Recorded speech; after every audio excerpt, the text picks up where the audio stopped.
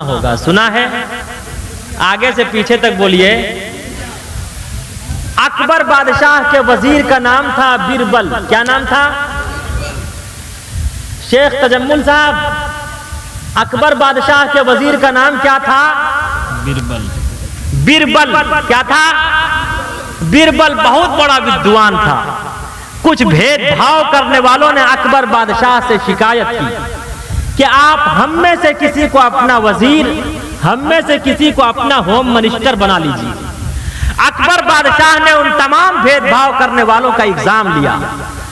कहा कि मेरे पास 3 पैसे हैं, जाओ 1 पैसे का अब खरीदना, दूसरे का तब खरीदना, तीसरे का ना अब खरीदना ना तब खरीदना। तमाम के तमाम भेदभाव करने वाले गए, थोड़ी देर में वापस आ गए। कहा बादशाह सलामत, अब मिला तब मिला, ना अब मिला ना तब मिला, तीनों पैसे वापस। उसके बाद अकबर बादशाह ने बीरबल को बुलाया और कहा कि बीरबल कम हियर, इधर आ, देख ये 3 पैसे हैं, जा 1 पैसे का अब खरीदना, दूसरे का तब खरीदना, तीसरे का ना अब खरीदना ना तब खरीदना। बीरबल तमाम भेदभाव करने वाले को अपने साथ लेकर जाता है। देखता क्या है, सुबह सवेरे एक जलेबी की दुकान है, 1 पैसे की गर्म और ताजी जलेबी खरीद ली। जलेबी उस वक्त खाने के काबिल न थी, उसे थैली में कर लिया। जब चंद कदम और आगे बढ़ा तो देखता क्या है, एक बुढ़िया अपने हाथ में भिक्षा पात्र लेकर ईश्वर और परमात्मा के नाम पर क्वेश्चन कर रही है। ओम भूर्भुवः स्वः तत्सवितुर्वरेण्यं भर्गो देवस्य धीमहि धियो यो नः प्रचोदयात्। वो ईश्वर और परमात्मा के नाम पर क्वेश्चन कर रही है कोई ईश्वर और परमात्मा के नाम पर दान करने वाला? दूसरा पैसा उस बुढ़िया को दान कर दिया। जब चंद कदम और आगे बढ़ा तो देखता क्या है, रक्स और सुरूर की महफिल लगी हुई है। तीसरा पैसा देकर नाच देख लिया। उसके बाद अकबर बादशाह के दरबार में पहुंचा। अकबर बादशाह ने प्रश्न पूछा कि 3 पैसे क्या किए? कहा बादशाह सलामत, 1 पैसे की मैंने जलेबी खरीद ली। जलेबी उस वक्त गर्म थी, खाने के काबिल न थी, अब खाने के काबिल है। 1 पैसे का मैंने ये अब खरीद लिया। कहा दूसरा पैसा? कहा दूसरा पैसा मैंने बुढ़िया को दान कर दिया, जो अब काम नहीं आया, मरूंगा तब काम आएगा। कहा तीसरा पैसा? कहा तीसरे पैसे का मैंने नाच देख लिया, जो ना अब काम आया न तब काम आएगा, मरूंगा न तब काम आएगा। फरमाया उसी वक्त कहा अकबर बादशाह ने बीरबल की पेशानी को बोसा दिया, बीरबल के सीने को अपने सीने से मिलाया और कहा कि बीरबल, जब तक मेरा जीवन रहेगा, जब तक मेरी जिंदगी रहेगी, तू मेरा होम मिनिस्टर रहेगा, तू मेरा वजीर रहेगा। खुदा की कसम, एक उस वक्त का भी पीएम था, एक आज का पीएम पतलू है। एक उस वक्त का होम मिनिस्टर था, एक आज का होम मिनिस्टर मोटू है। तब मुझे याद आता, पहले छोटे छोटे बच्चे मोबाइल पर, व्हाट्सएप पर, ट्विटर पर, फेसबुक पर, यूट्यूब पर मोटू और पतलू का तमाशा देखते थे। आज पूरा हिंदुस्तान मोटू और पतलू का तमाशा देख रहा है। अच्छे दिन पाछे गए, अच्छे दिन पाछे गए, हरि से किया ना है। अच्छे दिन पाछे गए, हरि से किया ना है, अब पछताए होत क्या, चिड़िया चुग गई खेत, चिड़िया चुग गई खेत। अच्छे दिन तो नहीं आए, 15 लाख तो नहीं आए, लेकिन खुदा की कसम हम सब अपने कैरेक्टर को, मन के पाप को पाक और पवित्र करेंगे तो इंशाअल्लाह सच्चे दिन आएंगे। जैसा कि दीदी ने कहा था, अच्छे दिन तो नहीं आए, लेकिन इंशाअल्लाह सच्चे दिन आएंगे। इंशाअल्लाह सच्चे दिन लाने के लिए तैयार हैं आप लोग? इंशाअल्लाह। दोनों हाथ उठाकर वादा कीजिए। और ऐ मुसलमानों, में यहीं पर रुककर आपके दिल पर दस्तक देता हुआ कहता, हुकूमत आती है जाने के लिए, तिलकल अय्याम नुदाविलुहा बैनन नास, ये शब रोज अल्लाह के तसर्रुफ में है। अल्लाह जब चाहता है इसे फेर देता है, जब चाहता है किसी को अमीर बना देता है, जब चाहता है किसी को गरीब बना देता है, जब चाहता है लाख को खाक कर देता है, जब चाहता है खाक को लाख कर देता है, और जब चाहता है लाख को खाक कर दिया करता, खाक को लाख कर दिया करता, जब चाहता है किसी के हाथ में कासे गदाई देकर भीख मांगने पर मजबूर कर देता है। ये शब-ओ रोज अल्लाह के तसर्रुफ में है। अल्लाह जब चाहता है इसे फेर देता है। हालात कैसे भी आए, लेकिन हम सब के ईमान में राई के दाने के बराबर भी ये फर्क नहीं आना चाहिए। हम सब का यकीन अल्लाह की जात पर होना चाहिए, हम सब का ईमान मजबूत होना चाहिए, हम सब का ये यकीन होना चाहिए कि खुदा की कसम अल्लाह के हुक्म, अल्लाह के आदेश के बगैर पेड़ का एक पत्ता भी हिल नहीं सकता। इसलिए ऐ मुसलमानों, हुकूमत किसी की भी हो, लेकिन हमेशा आपका ईमान और यकीन अल्लाह की जात पर हो। इसलिए कि अल्लाह की ताकत और कुव्वत से बढ़ के इस रूए जमीन पर किसी की ताकत और कुव्वत नहीं है। इसलिए कि एक और आया था इस रूए जमीन पर, उसका नाम था फिरौन। फिरौन ही सिर्फ एक ऐसा बादशाह गुजरा है जिसने खुदाई का दावा किया, और उसका तज़किरा कुरान करीम में है। कहा था अना रब्बुकुमुल आला, कि आई एम सुपर पावर, मुझसे बड़ी किसी की ताकत और कुव्वत नहीं है। लेकिन अल्लाह रब्बुल इज्जत ने उसकी लाश को सारी इंसानियत के लिए इबरत बना दिया।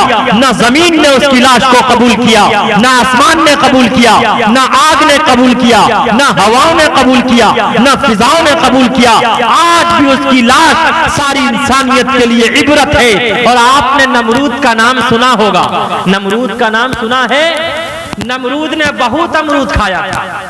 अमरूद की खासियत यह है वो खुद तो हजम नहीं होता, लेकिन दूसरे के लिए हजमौला और पाचक बन जाता है। जब वाशरूम जाते होंगे, बैतुल खला जाते होंगे, तो उसका पूरा करिश्मा अच्छी तरह देखते होंगे। लेकिन एक लंगड़ा मच्छर नाक में घुसा, दिमाग में जाकर चिपक गया। और जो लंगड़ा होता है वो बड़ा चालू होता है। यहां कोई लंगड़ा तो नहीं है, लेकिन बड़े काम का भी होता है। और मेरा ईमान और यकीन है कि एक मच्छर ने किसका तिया पाचा किया, और एक मच्छर इंशाअल्लाह अब इनका भी तिया पाचा करेगा। नारे तकबीर, नारे तकबीर। जनाब मुफ्ती सफीउल्लाह साहब।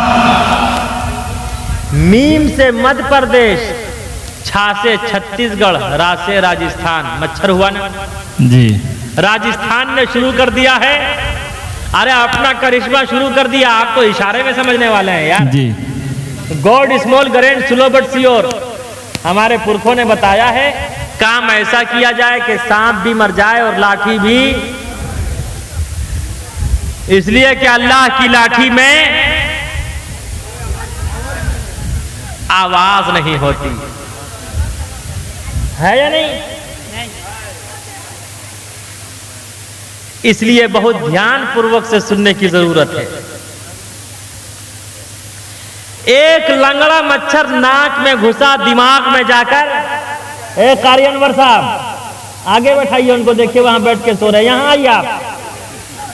कहां घुसा? अरे बोलो जल्दी से। और कहां जाके चिपक गया? दिमाग में जाकर चिपक गया। नमरूद ने अतिब्बा को बुलाया, हुक्मा को बुलाया, डॉक्टर्स को बुलाया, कहा जल्दी मेरे लिए कोई दवा तजवीज करो। हकीम ने कहा कि बादशाह सलामत, पहले जान माफ करनी पड़ेगी, खून माफ करना पड़ेगा, तब मैं दवा बताऊंगा। कहा जा, मैंने तेरी जान भी माफ कर दी, तेरा खून भी माफ कर दिया। कहा बादशाह सलामत, थपथपाना पड़ेगा। क्या करना पड़ेगा? आगे से पीछे तक बोलो। कहा किस चीज से?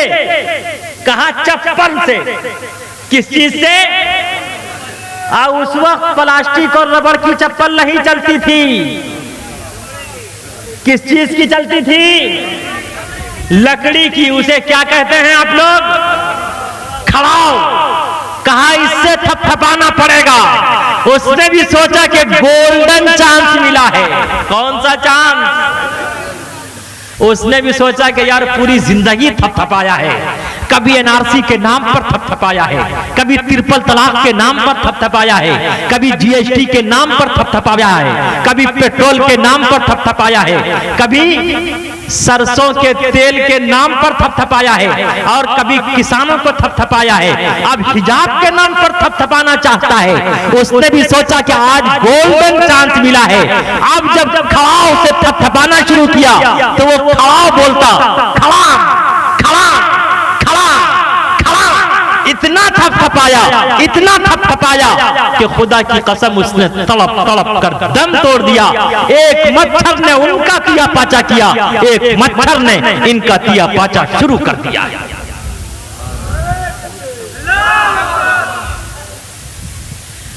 फिरौन हामान ने अपना सिक्का खूब जमाया था। फिरौन हामान ने अपना सिक्का खूब जमाया था। रुस्तम और सोहराब ने अपना दमखम खूब दिखाया था। रुस्तम और सोहराब ने अपना दमखम खूब दिखाया था। बनवाई शद्दाद ने जन्नत फिर भी देख न पाया था। बनवाई शद्दाद ने जन्नत फिर भी देख न पाया था। आज कहाँ सुल्तानी है, आज कहाँ सुल्तानी है, उनकी सिर्फ कहानी है। पूरब पश्चिम उत्तर दक्षिण क्या खुशकी क्या पानी है। सिर्फ खुदा की जात रहेगी, सारी दुनिया पानी है, सारी दुनिया पानी है। ऐ मुसलमानों, आज जरूरत है कि हम सब का ईमान और यकीन अल्लाह की जात पर हो कि हम कुरान के बगैर जिंदा नहीं रहेंगे, हम अजान के बगैर जिंदा नहीं रहेंगे, हम मस्जिद के बगैर जिंदा नहीं रहेंगे, हम मदारिस के बगैर जिंदा नहीं रहेंगे, हम उलमा के बगैर जिंदा नहीं रहेंगे, हम बीवी बाल बच्चों के बगैर जिंदा नहीं रहेंगे, हम हिंदुस्तान की गंगा जमनी तहजीब के बगैर जिंदा नहीं रहेंगे। और हिंदुस्तान का मूल मंत्र भी है हिंदू मुस्लिम सिख ईसाई आपस में सब भाई भाई। इसलिए हम सब हिंदू मुस्लिम भाई आपस में प्यार और मोहब्बत के बगैर भी जिंदा। और याद रखो मुसलमानों, आग कभी आग से नहीं बुझती, आग हमेशा किससे बुझती है? पानी से, वाटर से। नफरत कभी नफरत से खत्म नहीं होगी, नफरत हमेशा किससे खत्म होगी? आगे से पीछे बोलो। भेदभाव हमेशा किससे खत्म होगा?